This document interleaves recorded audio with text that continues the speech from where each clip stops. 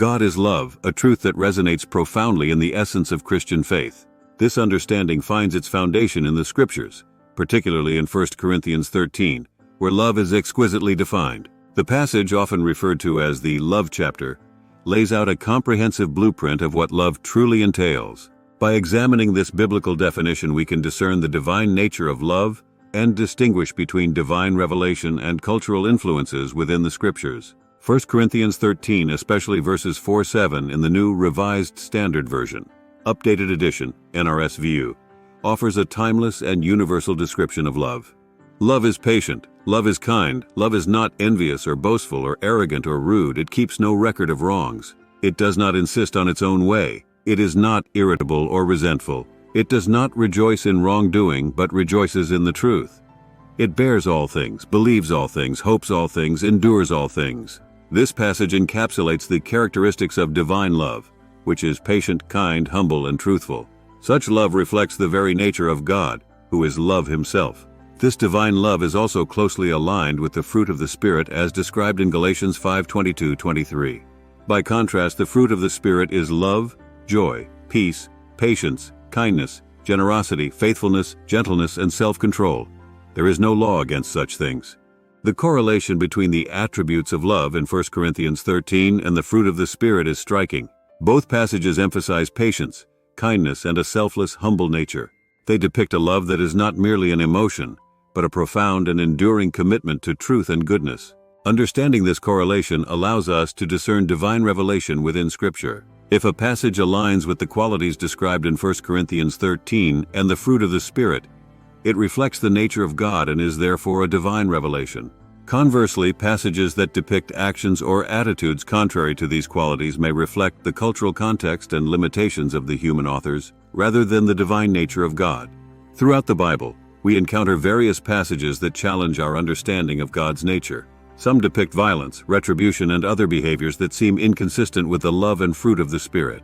For instance, certain Old Testament passages describe God commanding the Israelites to engage in warfare and even acts of destruction against their enemies. These depictions can be troubling when juxtaposed with the New Testament's portrayal of God's unconditional love and mercy. One way to reconcile these differences is to recognize the cultural and historical contexts in which these scriptures were written. The Old Testament was composed over centuries, during times of great social and political upheaval. The laws and narratives often reflect the norms and values of ancient Near Eastern societies, which were vastly different from the teachings of Jesus in the New Testament. For example, the commandment in Leviticus 24:19-20, anyone who injures a neighbor is to be injured in the same manner. Fracture for fracture, eye for eye, tooth for tooth.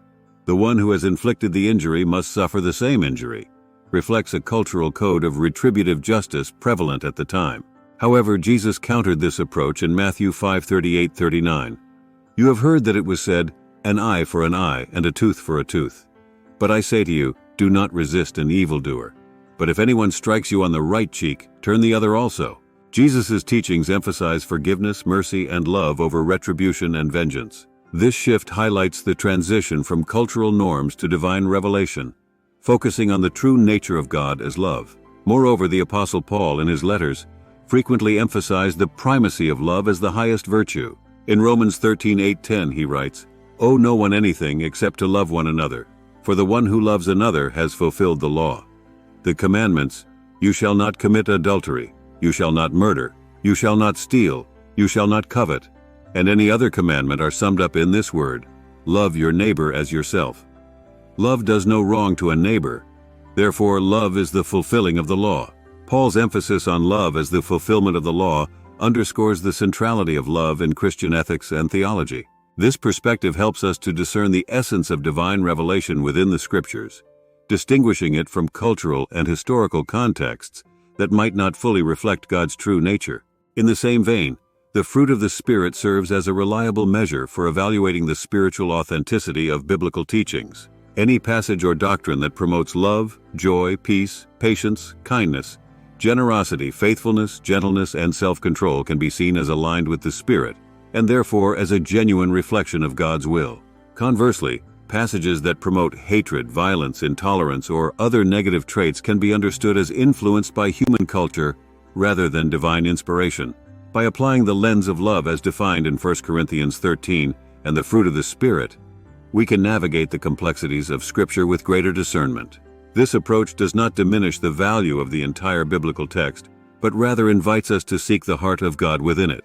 It encourages us to embrace the teachings that reflect God's love, and to critically engage with those that seem inconsistent with His nature.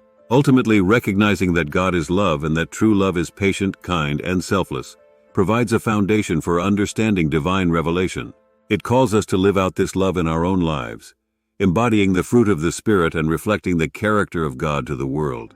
In doing so, we not only deepen our relationship with God, but also contribute to the manifestation of His kingdom on earth, where love reigns supreme. If this resonates with you, please like, subscribe, comment, and share.